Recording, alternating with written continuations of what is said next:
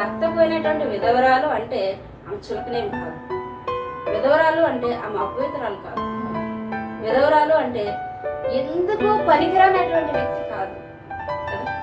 ఈరోజు నన్ను కలిసివేసినటువంటి నాకు బాధ అనిపించిన మాట ఏంటంటే, క్రైస్తవ స్త్రీలు ఏమంటున్నారు, బొట్లు గాజులు లేకుండా విధవరాల్లాగా ఏంటి ఆ మొహం వేసుకొని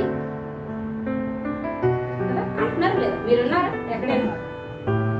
వాళ్ళ స్త్రీలని ఏమని అంటారంటే, బొట్టు లేకుండా గాజులు లేకుండా, లేకపోతే ఆ పదాలు కూడా నేను చెప్పలేను.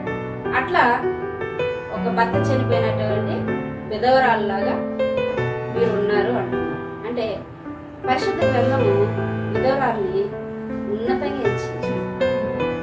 కానీ లోకంలో ఉన్న అనేక మతాలే గాని మార్గాలే గాని ఒక స్త్రీని అంటే విధవరాల్ని ఎంతో తక్కువ చేసి, విధవరాలంటే అసలు మనిషే కాదన్నట్లుగా చెప్తున్నారు.